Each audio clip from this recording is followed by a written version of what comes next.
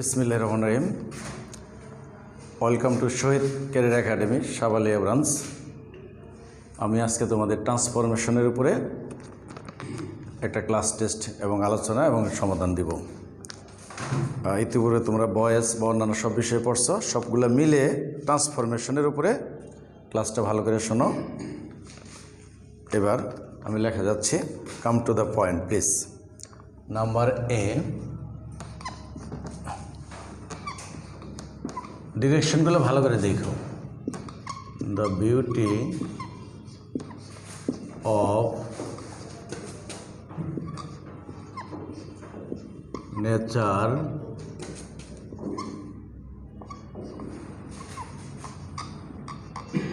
Charmed all. Basic সাথে সাথে করে যাই তাহলে সুবিধা হয়। The beauty of nature charmed all, তাহলে এখানে আমার object all. All will come to first, all প্রথম আসবে পাস্ট টেন্স। তাহলে all were charmed by the beauty of nature হবে না, আমি তো ওরা শিখাইছি আগের ক্লাসে। At the beauty of nature. Number B, his misconduct shocked me. আমি এটা চেঞ্জ করে হার দিলাম। হার misconduct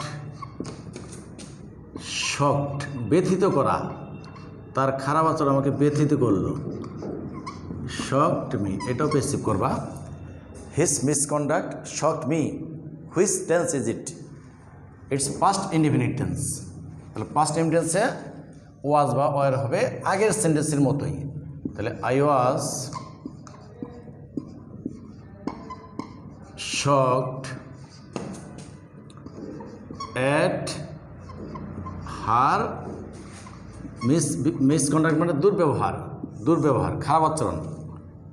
misconduct, I was shocked at her misconduct। আবার দেখো, শুধু পেসিভ নয়, পেসিভ অ্যাক্টিভ থেকে পেসিভ না, আবার পেসিভ থেকে অ্যাক্টিভ থাকতে পারে। আরেকটা বাক্য দেখো, they were shocked at her, they were shocked, একই ভাব দিলাম। shocked ধরো আমার ব্যবহারে, at my behavior,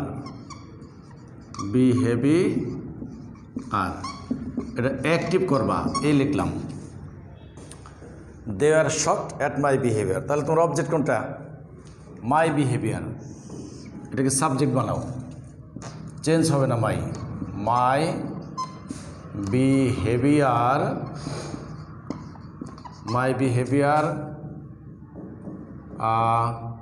behavior shocked them, কথা শেষ। shocked কাদেরকে? তারা। এখন shocked দে হয়ে, দেটা কি হবে? them হবে। একের সাথে আমি তিনটা ভয়েস দিছি। এখন অন্য অপশন আসো, যেমন দেখো, when she was 12, তার বয়স যখন 12 ছিল। when she was 12 she went to Khulna. এটাকে আমরা সিম্পল করব, যেহেতু ট্রান্সফরমেশন তো সবগুলো আইটেম আমি দেব। তাহলে when she was 12, একটু বাংলা করার চেষ্টা করো। when she was 12, at the age of 12, এটাকে আমরা একটা ক্লজে পরিণত করতে হবে। সিম্পল সেন্টেন্সে একটা সাবজেক্ট একটা ভার্ব থাকে, তাহলে এই ক্লজটাকে ভাঙবো আর এই মেইন ক্লজটাকে আমরা ঠিক রাখবো। আমি যদি বলি যখন তার বয়স ছিল 12 সে খুলনা গিয়েছিল, আর কেউ যদি বলে যখন 12 বছর বয়সে সে খুলনা গিয়েছিল, তাহলে সিম্বল হয়ে গেল, এটা মাথায় রাখতে হবে। তাহলে অ্যাট দ্য এজ অফ, হ্যাঁ অ্যাট দ্য এজ অফ, বয়সের ক্ষেত্রে অ্যাট দ্য এজ অফ নিবে, at the age of 12, at the age of 12, she went to, এই ক্লোজ নিয়ে তোমার মাথা ব্যথা নাই, সি ওয়েন্ট টু খুলনা, যা আছে তাই হবে, গাণিতিক সত্য মনে করো। তাহলে at the age of 12 simple হয়ে গেল। আর দেখো দ্য ফাংশন,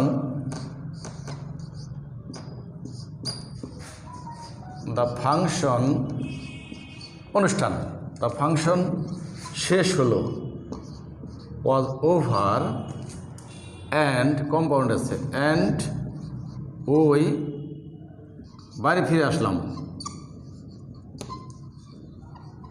রিটার্নড হোম, এটা সিম্পল ছিল, এটা কমপ্লেক্স করো, এটা সময় বোঝাচ্ছে। দেখো অ্যান্ড যুক্ত দুইটা ক্লজ, একটা ক্লজ হলো দ্য ফাংশন ওয়াজ ওভার, এটা দুই দাগ দিলাম, আর একটা ক্লজ হলো ওই রিটার্ন হোম, তাহলে দুইটা কাজ আগে পরে সম্পন্ন হয়েছে। দ্য ফাংশনও শেষ হয়েছে, আমরা এরপর বাড়ি ফিরে আসছি, তাহলে যখন ফাংশন শেষ হলো তখন বাড়ি ফিরে আসলাম, তাহলে এটাকে হোয়েন দ্বারা করো, ঠিক ওইটার মতো। তাহলে when the function was over, ওই রিটার্নড হোম, ওকে। তাহলে এটা সময় বোঝাচ্ছে, এটা হলো সময়, হ্যাঁ সময়। এটা হলো বয়স, তাহলে বয়স ক্ষেত্রে আমরা at the age of the simple করলাম, সময় ক্ষেত্রে হোয়েন করলাম। তো ঠিক আছে, পরবর্তী সেন্টেন্স লিখো, in A B C D E, F নাম্বারে লেখা। তাহলে আমাদের আজকে topic transformation, very interesting topic, ইনশাল্লাহ এটা ভালো করে স্টাডি করতে হবে, তোমরা জানো এটা গুরুত্বপূর্ণ টপিক। হ্যাঁ এফ নাম্বারে আমি বাক্যটা প্রায় দিচ্ছি তোমাদের, যেমন কোভিড শেখার জন্য হলো, COVID-19 is one of the most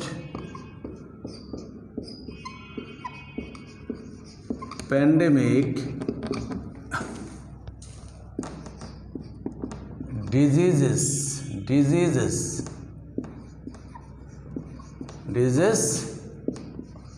in the world, এটাকে পজিটিভ করবা। দূর দূরান্তের আমার প্রিয় শিক্ষার্থী, অভিভাবক এবং অনেক শিক্ষক বৃন্দ যারা আমার ক্লাস শুনছেন, তারা একটু খেয়াল করে দেখবেন এই সেন্টেন্সগুলার সবগুলো গ্রামাটিক্যাল রুলস ইতিপূর্বে আমাদের কোচিং থেকে পড়ানো হয়েছে, যার জন্য আমি একটু এগুলো অ্যান্সারগুলো সলভগুলো বুঝাই দিচ্ছি। তোমরা যারা পড়েছ নোটগুলো দেখলেই এগুলোর উত্তর পেয়ে যাবা। তো যেহেতু আমার উত্তর করতে হবে সাথে সাথে, যার জন্য আমি করে দিচ্ছি। তাহলে কোভিড, আমি সিটা ভালো করে লিখতেছি, হ্যাঁ COVID-19 is one of the, এখানে ওয়ান অফ দ্য আছে, তোমরা জানো ওয়ান অফ দ্য থাকলে তোমার কি পজিটিভটা ভেরি ফিউ দ্বারা শুরু হয়, কি দ্বারা? ভেরি ফিউ দ্বারা। তাহলে আমরা এই অংশ আগে নেব, ভেরি ফিউ, সরি হ্যাঁ ভেরি ফিউ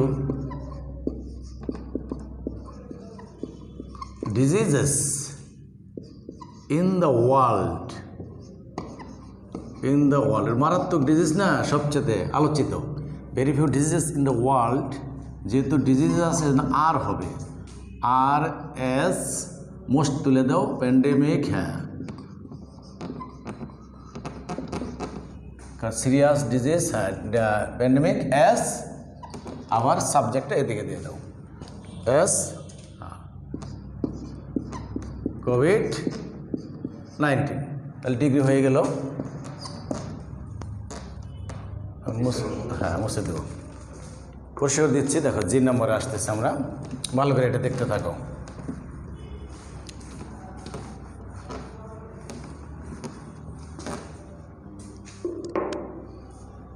আচ্ছা, আরেকটা ব্যাগে দেখো, a lion is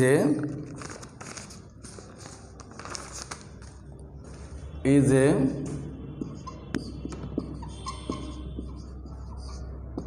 stronger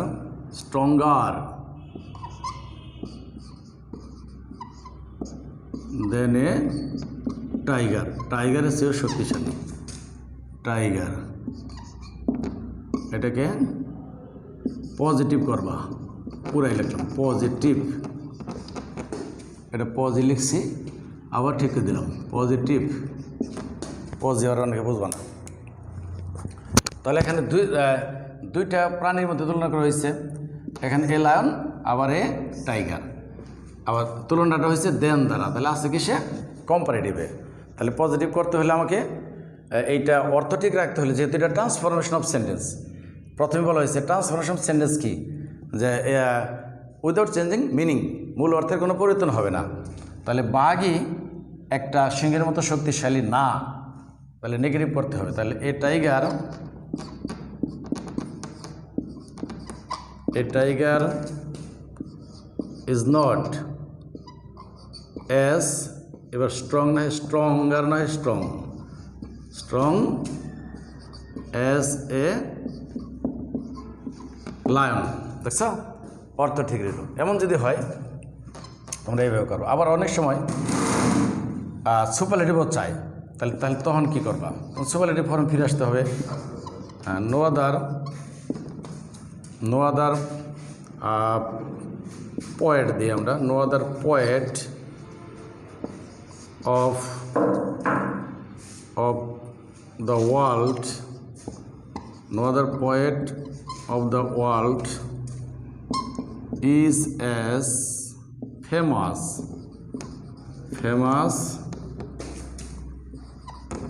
as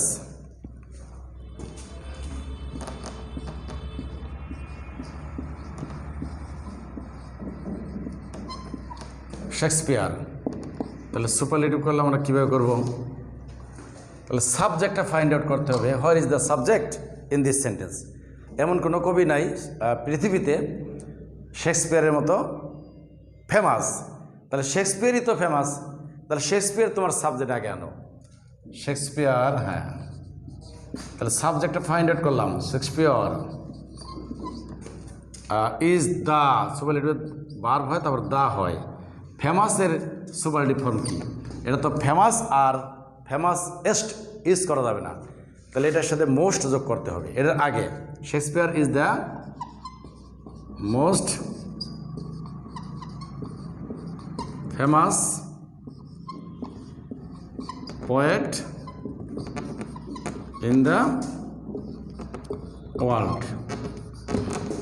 দেখো, এই ট্রান্সফরমেশন আমি প্রায় আইটেমগুলো আনতেছি। আরও কিছু সেন্টেন্স হলে ইনশাল্লাহ প্রায় আইটেম আইসা যাব। ডিগ্রি এনেছি, সিম্পল কমপ্লেক্স সেন্টেন্স থেকে আমি বাক্য দিই নাই, দিতেছি আমি। দেখো, এটা লেখো, আমি পরে মুছতেছি। আই নম্বর দেখো, হোয়াট এ পিটি, দুঃখ, কি করুন, কি মর্মান্তিক। তাহলে সে আর বেঁচে নাই, এরকম হতে পারে। হি ইজ, কোনো মৃত্যু সংবাদ শুনলে এরকম একটা এক্সপ্রেশন আসলো তোমার ভিতরে। হি ইজ নো মোর, সবার ভিতরে আসে। তাহলে অ্যাসার্টিভ করো কীভাবে? অ্যাকচুয়ালি এইটুকুনি অ্যাসার্টিভ করা আছে। আর হোয়াট এ পিটি থাকলে it is a great pity হয়, রুলসগুলো আগে দেওয়া, পড়ানো। তাহলে ইট ইজ এ না দিলেও এখন যে বলতেছি তাও তোমাদের মনে থাকবে যে হোয়াট এ পিটি তাহলে কী হয়। It is a great pity, পরে অংশ দ্যাট দ্বারা যোগ করে দাও, যেহেতু অ্যাসার্টিভ আছে। দ্যাট এখানে ক্যাপিটাল লেটার হবে না, এটাই right. He is no more, সে আর বেঁচে নেই। দুঃখসূচক, অনেক সময় আনন্দ হতে পারে। যেমন দেখো, আনন্দসূচক শব্দগুলো কীভাবে পরিবর্তন হয়। হুররা, বাংলাদেশ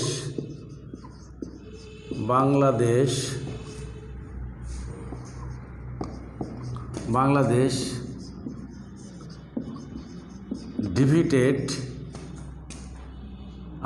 ইন্ডিয়া। পাকিস্তান লিখলাম না, পাকিস্তান সমর্থন করি তো, ইন্ডিয়াই লিখলাম। আচ্ছা, কেউ অ্যাসারটি হবে। হুরা, বাংলাদেশ ডিফিটেড ইন্ডিয়া। কি মজা, বাংলাদেশ ইন্ডিয়াকে হারালো। এই যে এইটুকুনের জন্য অ্যাসার্টিভ করবা খালি। It is a matter of joy. It is a matter of joy that, যা আছে তাই, যা আছে তাই বাংলাদেশ লিখলামই না, ডিফিটেড ইন্ডিয়া।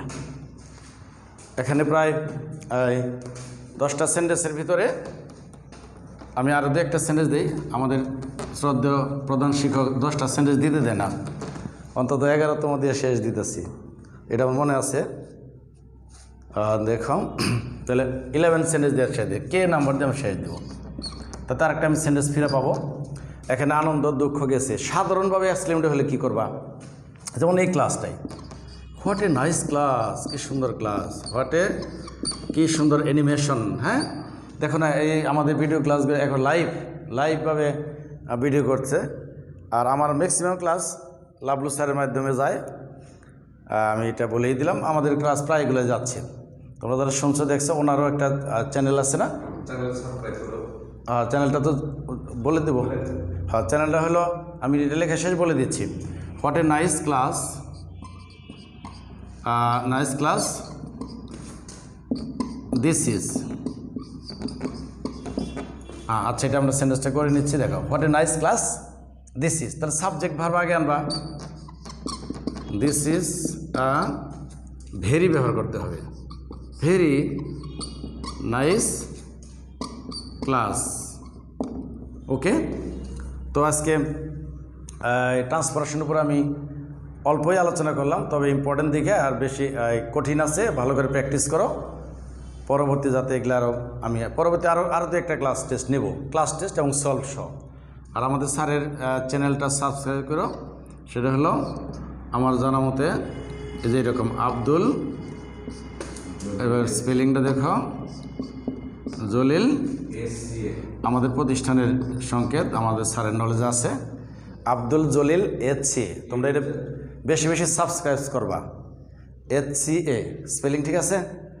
এটা চ্যানেল দেখলে ক্লিয়ার পাবা, এবং অনেক টাইমের প্রায় 3-4টা ক্লাস আমাদের যাচ্ছে, এটাও দেখবা, এটাও তোমরা সাবস্ক্রাইব করবা। নট অনলি ইউ, শুধু তোমরা না, আমাদের অন্যান্য স্টুডেন্টসরাও এই সময়ে উপকার পাবে।